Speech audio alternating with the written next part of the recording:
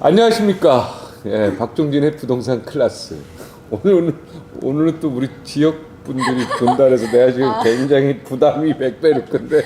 예, 어쨌든 이게 부동산의 정보를 좀 진짜 정보를 좀 줘야 될 것 같다는 생각이 맞습니다. 듭니다. 그죠? 네, 오늘 주제는요. 이 23번째 부동산 대책이 나왔는데 네. 오히려 내 집 마련이 더 힘들어졌다. 이런 얘기들이 나오고 있어서 여기에 대해서 좀 집중적으로 좀 얘기를 해보겠습니다. 내 집 마련을 하지 말라는 거 아니에요, 그러니까 정부가? 내 집 마련 기간이 이번에 이제 3년이 더 길어졌대요. 그게 무슨 말이에요? 예전에는 네. 보통 그냥 일반 사람들이 중상층이 집을 마련하는 데서 한 8년 정도 걸렸다면 이번에 이제 23번의 정책 발표 이후에 11년, 12년 이렇게 3년 정도가 더 늘었다는 거예요. 네, 이 문제가. 정부의 그 부동산 정책을 보면 이렇게 내 집 마련하지 말고 월세로 이렇게 좀 살아라 이런 쪽 분위기 아니겠습니까? 그리고 집 많은 사람들 빨리 팔고, 그죠? 근데 사실은요, 이거 내 집 마련을 하고 싶어도 집을 사고 싶어도 사실상 살 능력이 없기 때문에 못 사는 거잖아요. 집이 그럼요. 없는 건 아니잖아요. 그죠? 그게 팩트 서태환 대표가 아닙니까? 이렇게 난처해하는 건 처음 봤는데요. 아, 왜 그러세요? 아니, 제가 봐도 이게 살 능력이 없는 사람들이 못 사는 거잖아요. 그죠? 아 이게 저렴한 저 인천 서구에 집 진짜 저렴한 거 제가 많아요. 보기에는 네. 33평인데 그냥 2억짜리 네, 많아요. 알고 있습니다. 그 나라의 재정을 생각한다라고 가정을 했을 때의 그쪽의 시각으로 보면 네. 낼 수 있는 사람들이 조금 더 내면 좋겠다는 희망을 갖고 시작하는 게 아니겠느냐. 그러니까 뭐 2, 3억짜리 그거 받아봐야 뭐 세금 얼마나 걷겠어요. 그냥 5억짜리 10억 가고 10억짜리 20억 갔을 때 얻을 수 있는 세금이 더 많지 않을까. 그래서 이 정부의 흐름은 어찌됐건 세금에 기여할 수 있는 사람들이 좀 더 해줬으면 좋겠다. 그러면 이제 거기서 돈을 좀 걷어서 좀 어려운 사람들 임대주택 져줄게. 약간 좀 이런 흐름이 같이 맞닿아 있는 게 아닐까. 그래서 최근에 지금 보면 사실 저는 이걸 거꾸로 읽었거든요. 네. 서울 아파트 사려면 한 푼 안 써도 11.4년이 이게 이제 PIR이라고 Price to Income Ratio 해서 소득 대비 주택 가격 비율을 보는 건데 또 월급을 얼마나 받는 사람이냐 거기에 따라 또 다르죠. 그러니까 월급 11년인지. 기준이 이제 여기서 뭐냐면은 그 중간층이 그러니까 이게 중산층? 중산층. 근데 이 중산층이요. 이제 우리 사회가 좀 바뀐 게 옛날에는 어떤 그 엘리트층하고 네네.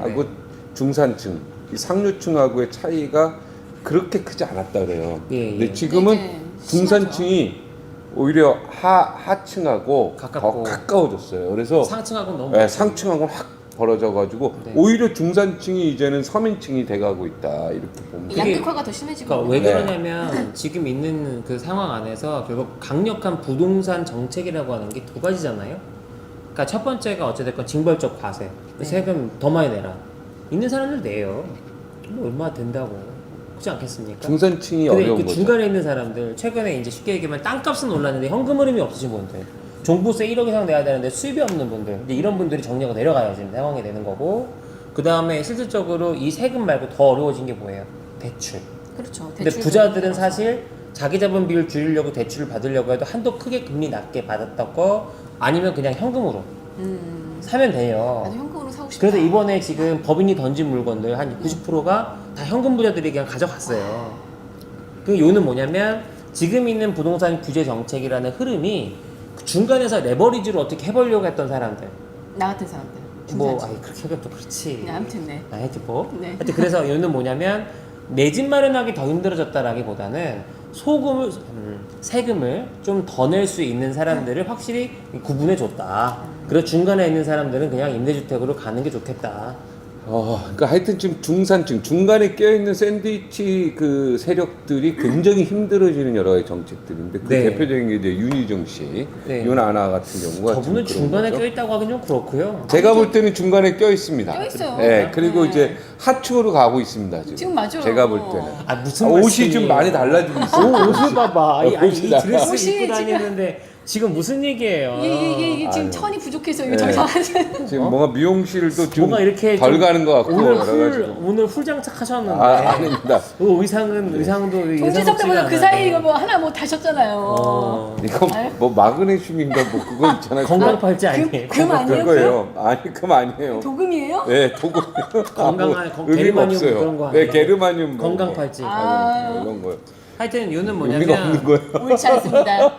문재인 정부가 그 3분위, 그러니까 서울 중산층 소득이 40% 지금 10% 정도 놓고 봤을 때 그 사람들이 한 3년 정도 더 걸리겠다. 네. 경기도로 넘어갔을 때도 경기도도 또 그만큼 갔어요. 왜냐면 또 아무래도 이제 뭐 김포라든지 기타 탈서울 해가지고 인근에 교통 좋은 데 살려다 보니까 근데 어떤 현상이 자꾸 나타나는 걸 보냐면 결국 내가 갭 투자를 했건 뭘 했건 현금을 다만 얼마라도 져놨던 사람들은 어떻게든 버텨나가는데 인제 막 시작하는 사람들 있잖아요. 2030들. 네. 패닉 바잉이 아니라 그냥 패닉이에요. 왜냐면 뭐 기초 자본이 있어야지 뭘 살 거 아니에요. 그렇죠. 근데 이게 지금 취직도 어찌됐건 잘 안 되는데. 지금 상태에서 14년을 11년을 올인해가지고 해야 아파트 살 수 있다라고 하면 그때 값없이 더 어려운 얘기죠.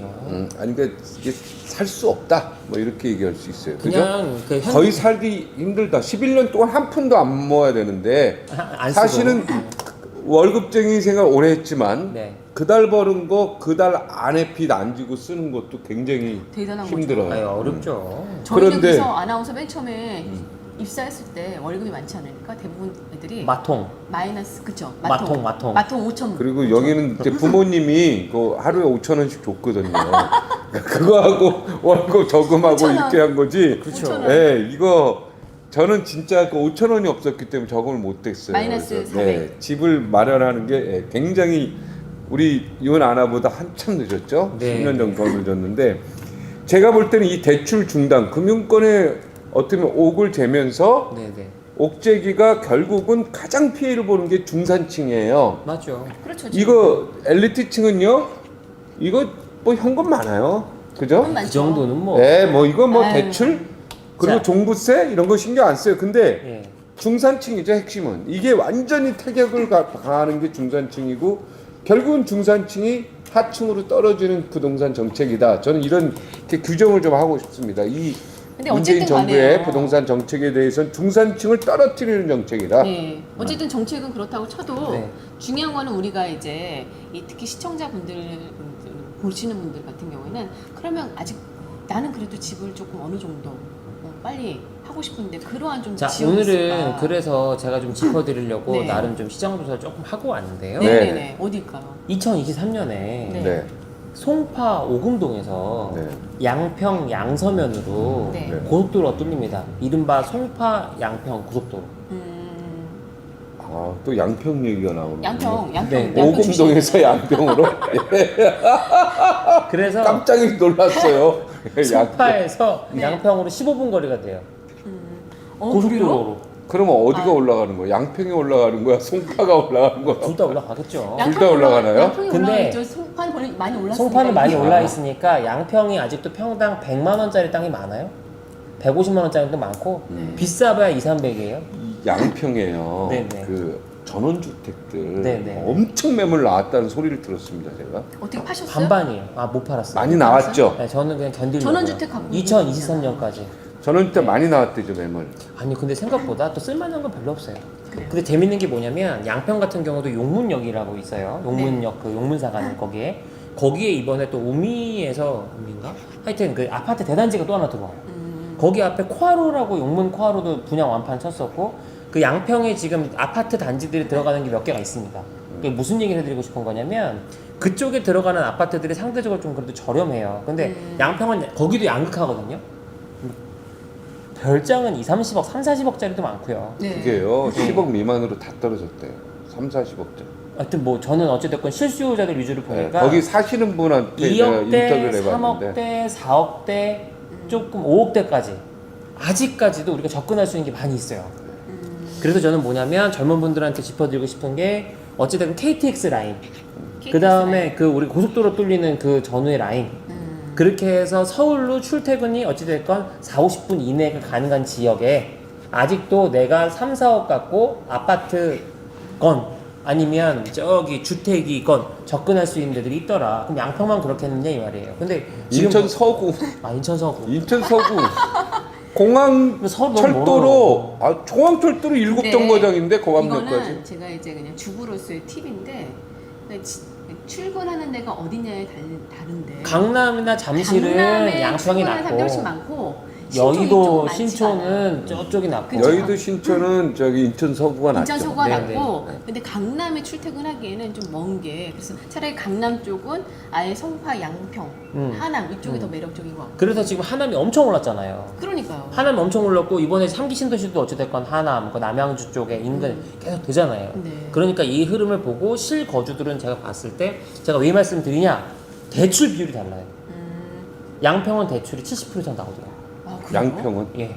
조정지역 대상이 아닙니다. 아, 그게 매력이네. 그러면 저기 다음에 주제를 양평 전원주택으로 한번 해서 3억 전원주택 미만으로 매물을 한번 몇 네, 개를 네. 좀 구체적으로 양평이 봅시다. 지금 몇 개 괜찮은. 있죠? 몇이 있죠? 4개 갖고 네 개? 있고요. 아. 저희 형이 한 30개 갖고 있고. 네. 그러면 네. 그 집안에서 나온 매물 있잖아. 오늘 다 소개해주고 양평 여기서 유지 아들이에요. 선태양 대표가. 아니 근데 요는 뭐냐면 저희가 정리 아직까지도 30 개야.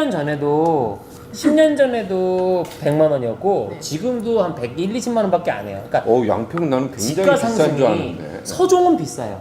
근데 저희 용문만 들어와도 용문이 양평 오브 센터거든요. 센터 오브 센터인데 그래도 1, 200만 원짜리들이 많아요. 서종 IC에서 같이 들어가는 건가요? 아니요. 서종에서 한 2, 30분 들어가야죠. 설악 IC인가요, 그거는? 아, 이제 설악 가기 전이죠.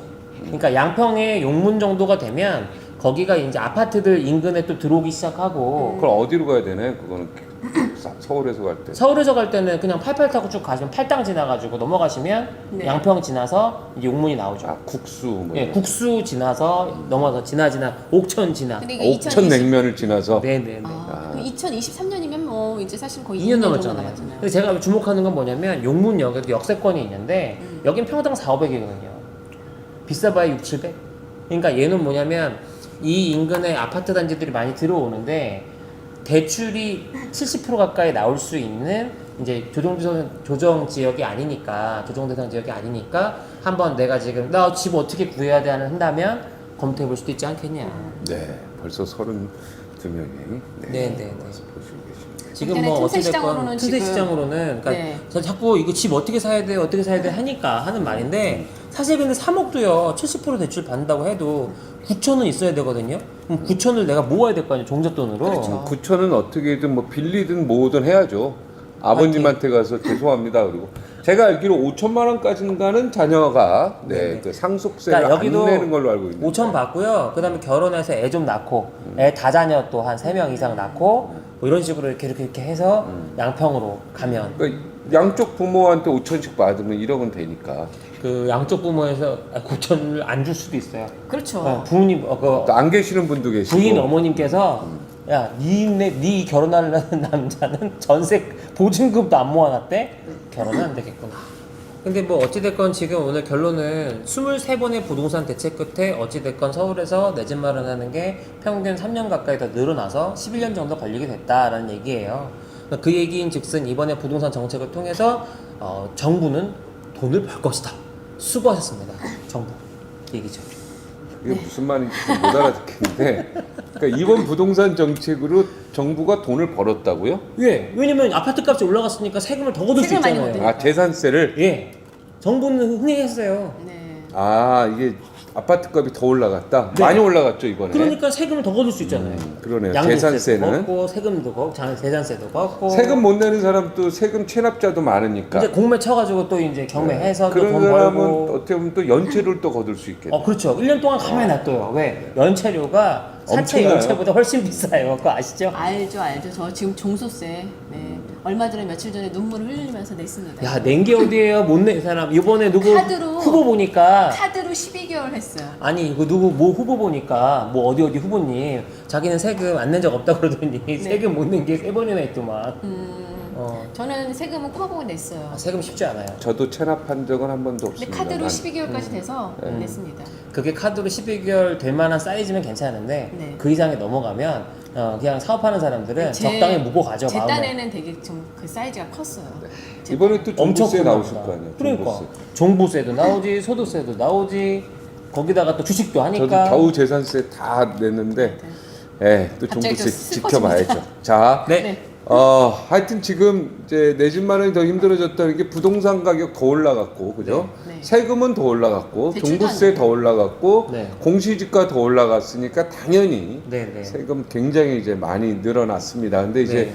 그 세금을 낼 수 없는 중산층들 네. 이런 분들이 이제 어떻게 앞으로 대응할 것인가 네, 이런 것들을 좀 생각을 우선은 해봐야 이제, 될 것 같다는 틈새 생각이 시장이 드는데요. 있으니까 요거는 여기까지만 하겠습니다. 네. 내 집이 마련이 굉장히 어려워졌다는 거. 네, 네. 그래도 틈새 시장은 있다. 네, 틈새 네. 시장 있다. 인천 서구와 뭐 양평. 양평. 또 대구